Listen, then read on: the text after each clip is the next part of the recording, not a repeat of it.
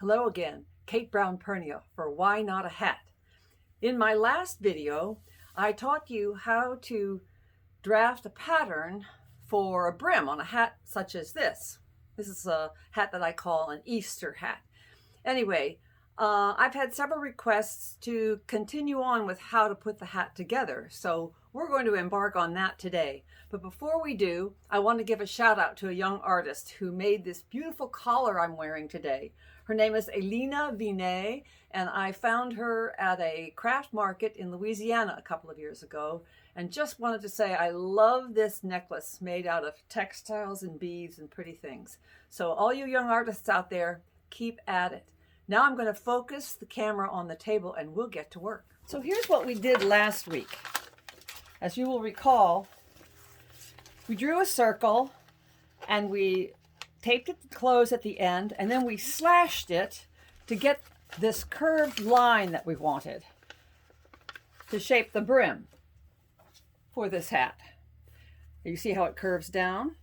Well, the next step for that process, which we didn't get to in the last video, is you want to copy this draft that we made and make a pattern. So I did that. What I did was I traced the pattern onto a piece of paper, and all I had to add was the seam allowance for the center back and a seam allowance around the edge of the crown, because that's where we're going to attach the hat to the crown. Now, I showed you this, I think, last time. We made a crown like this. This is a little pillbox. It's 5 inches across in diameter. And what is it? 1.5 inches, I believe. Let's just measure it to double check. Yes, it's 1.5 inches tall. We made this in How to Make Buckram Forms. So if you don't recall how to do that, I would recommend you go back to that video and take a look at that. It's just a double layer of buckram on the top and a single layer around the sides, cut on the bias, wired and then covered with French elastic and stitched together to make the crown. So now what we do is we take this pattern and cut it out in buckram, which is what I've done here. As you see, I overlapped the back about 1.5 inches on both sides to give it a nice sturdy basis for the hat. And then we wired the edge with number 21 millinery wire, sewing it on with a buttonhole stitch like we did in How to Make Buckram Forms. Let's see, my needle, of course, has come unthreaded. And then I covered the wired edge with French elastic. If you don't have French elastic, which you can get from any millinery supplier like Judith M. or Hat Supply, any number of them, you can also use a bias strip of fabric. It's 1 inch thick, but I like the French elastic because it has some body to it and you can stretch it a little bit as you sew.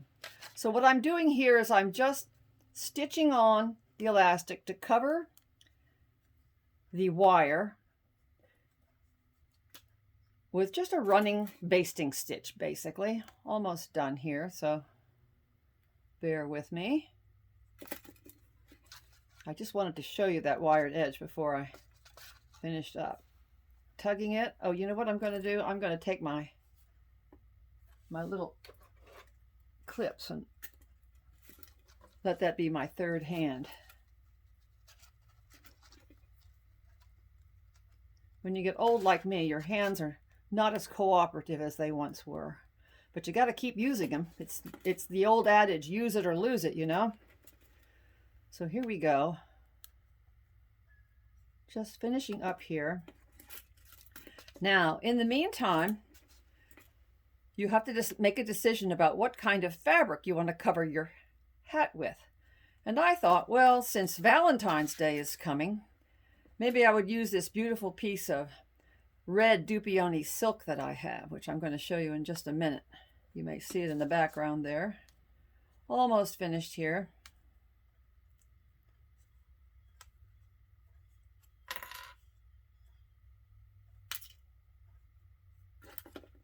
See, when you tug on it, it hugs the wire so you don't get any bulky pleats there.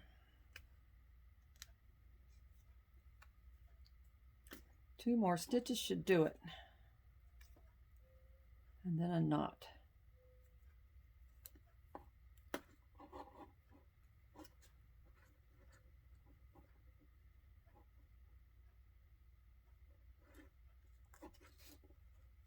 One more for good measure.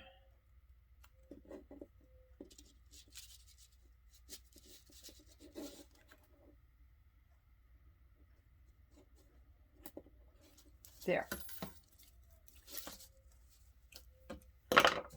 So now we have a crown and we have a brim, but we're going to treat them separately for a while and put them together later after we've covered them with fabric. There's a reason for that. I find it a bit easier to work in the smaller pieces. And here we go. So I have cut out, using my pattern for the crown, I added seam allowance and cut out a piece of this beautiful red Dupioni silk. On the straight of grain, I'm going to put it front to back, try to center it,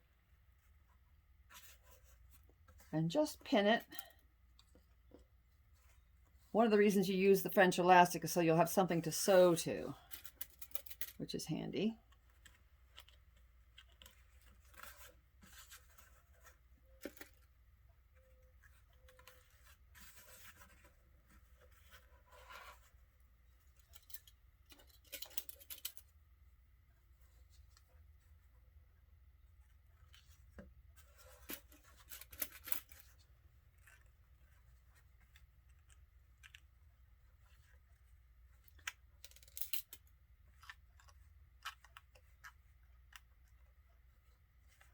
I don't know why I can't seem to get the pin in there. Let's try this other side. Like I said, my old hands don't always cooperate.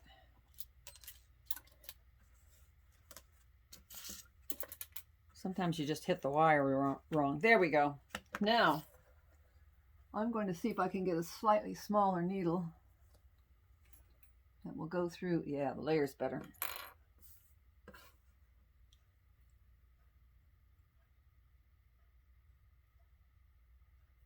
Now I always start center back. Just go through the French elastic into the crown form and then back out again.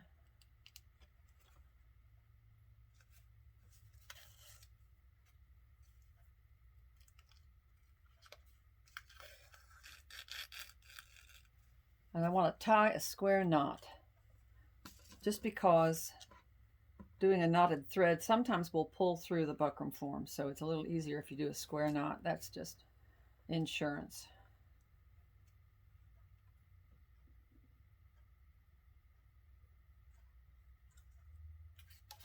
Now I'm going to just take large basting stitches through the silk and right through the crown form. Let's cut that tail off so it doesn't get in our way.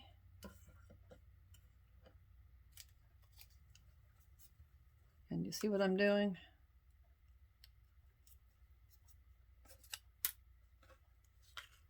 All the way around the hat.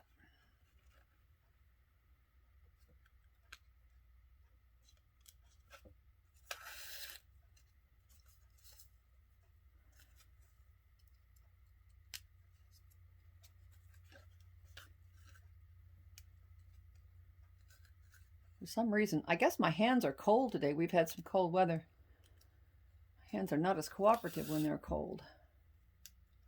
Here we go. Ouch. Try not to poke yourself.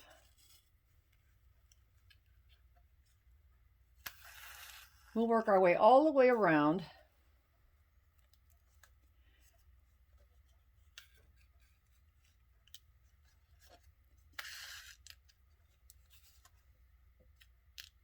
Now you could use any kind of fabric you like.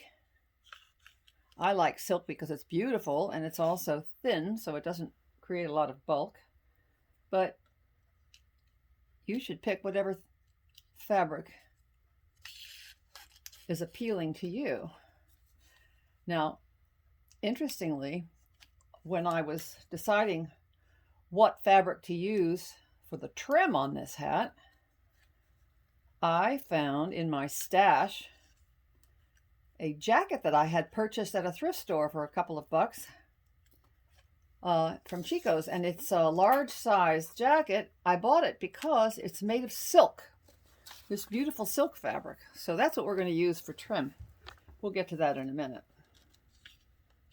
So you'd be surprised where you can source some of this material for hats. Especially, what's wonderful about hats is they don't require a great deal of fabric unless you're making a gigantic hat, which is rare. I generally buy about a yard of fabric when I'm fabric shopping, if I'm shopping for hats, unless I'm making multiples. But that's what's fun about learning to sew with hats, because you don't need a whole lot of expensive material.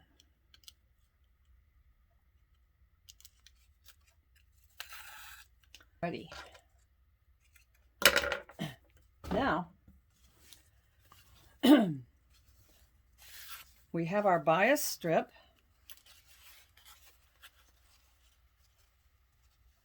And I'm going to start with the folded under 1/2 inch. Oops, on the center back of the hat, and just pin it, because I think I have more width than I need, but let's see how it goes.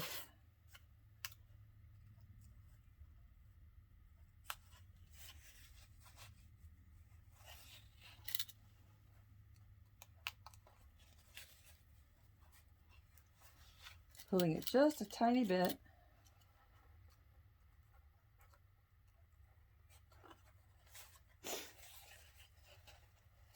Now I'm going to unpin where I started so that I can tuck this underneath.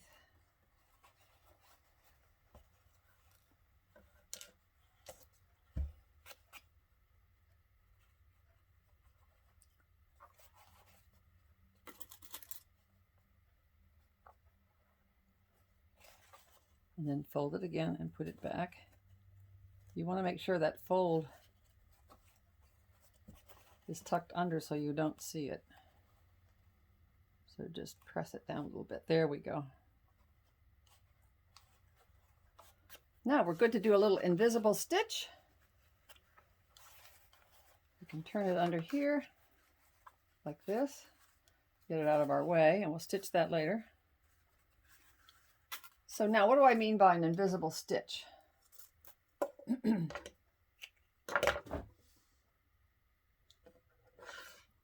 You don't want your stitches to show on the top.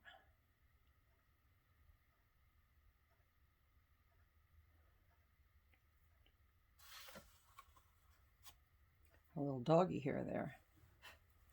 They're all over my house. So I'm going to take a little tiny stitch to make a knot.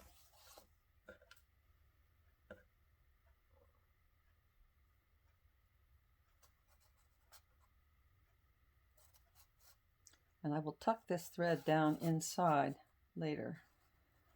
I'm not going to worry about it right now.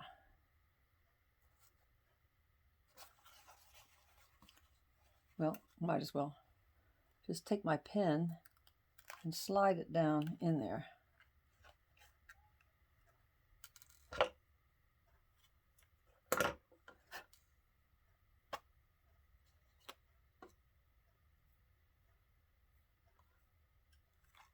So you can't see it. Now I'm going to take my needle and slide it through the hat fabric on the top of the hat.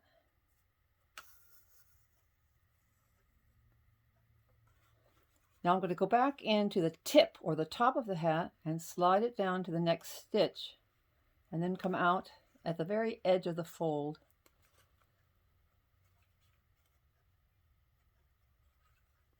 There, on the side band. Then I go back into the tip fabric and progress about 1/4 of an inch, and then come back out. Whoopsie.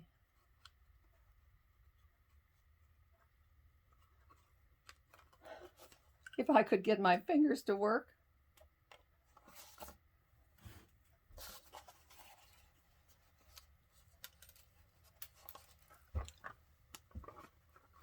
I'm sliding it here. Maybe if I just come up.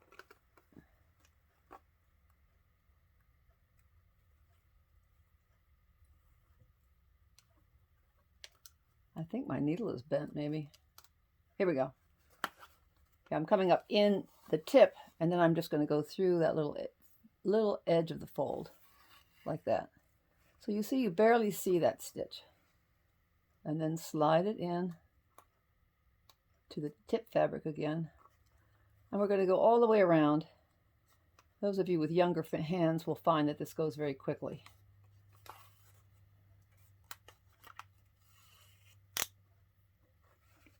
But as you see, you really can't see those stitches at all. And we're going to work our way all the way around the crown of the hat this way.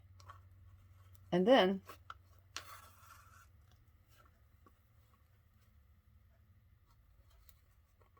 now it's working better. My hand, that is. So all the way around like that. And then when we get to the bottom, we're going to fold it under, and you're just going to stitch. You can do a basting stitch if you want, because you're going to line the hat. But you're just going to stitch the fabric to the French elastic under here. You're not going to go all the way through the hat because you don't want your stitches to show on the outside. But anyway, I won't bore you with all of that right now. But that's how the crown is covered. Now let's talk about the brim. For the brim, I used the same pattern that I used for the buckram, with the seam allowance, but I shortened the seam allowance at the center back because I don't need so much overlap. Let's get rid of that. And you don't need seam allowance on the outside. You don't need seam allowance on this outside edge because you're going to bind the edge with a bias strip.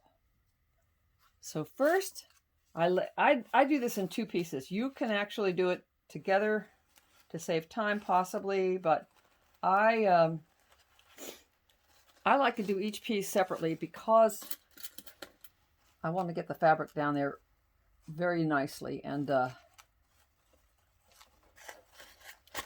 so I line up the edge of the fabric to the edge of the wired brim form.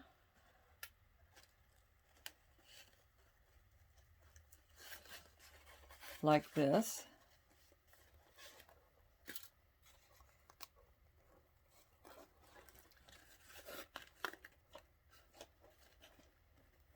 Now I have not slashed my seam allowance yet. I'll do that after I get this on.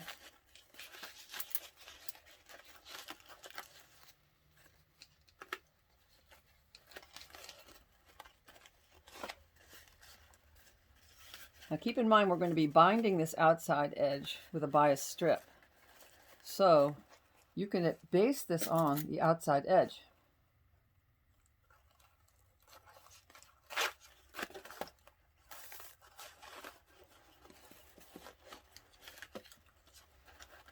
I guess I do need to trim this because it doesn't want to go around the curve. Just be careful not to go too far. You don't want to go beyond the seam allowance.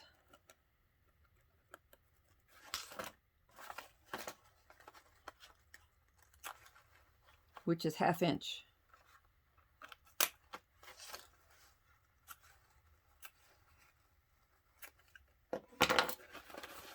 That's better.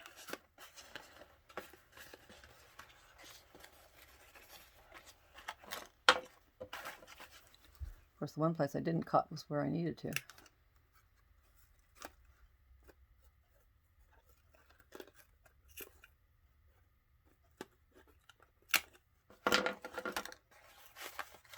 There we go. Now it's cooperating.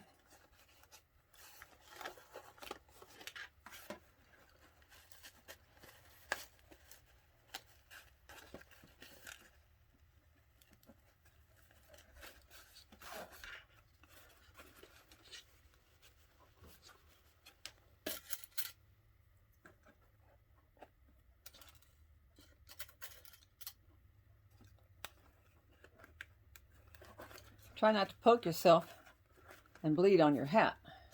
I have done that before. And by the way, if you do that, I'll tell you a trick that I learned working in a costume shop many years ago. If you do bleed on... I was once making a ballet tutu in New York City for City Ballet. And they were very expensive tutus. I think they were $1,200 a piece. And at the very end, I poked my finger and a drop of red blood, my red blood, landed on the white satin tutu. I thought I would just die, that I was going to be charged a fortune for it. And the Betty Williams, who ran the costume shop, said, "Oh, no, no problem."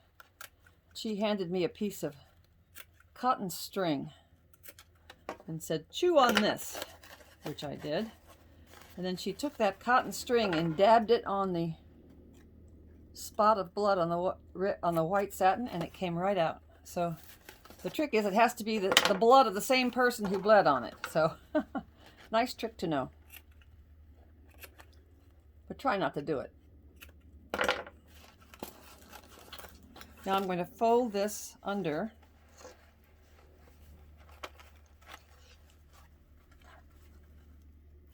Somehow I've gotten this off center, so I'm going to have to repin it, but we'll deal with that later.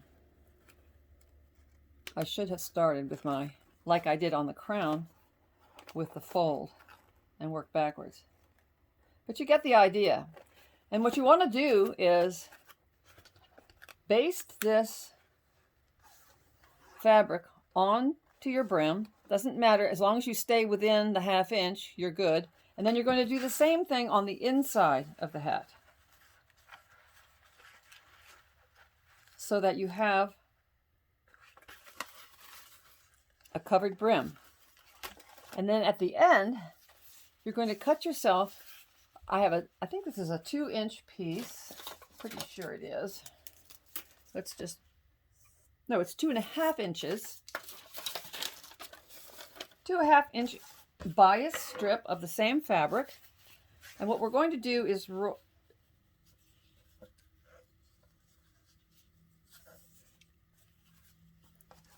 stitch it on at the bottom, fold it over the edge, fold it under on the other side, and stitch it. And then when all that stitching is done, we're going to put these two pieces together. And then we'll talk next time about how to trim the hat with this fancy fabric. So I hope I've given you enough to get started, and we'll continue next time with finishing the hat. So have fun, and happy Valentine's Day coming up soon. Why not a hat?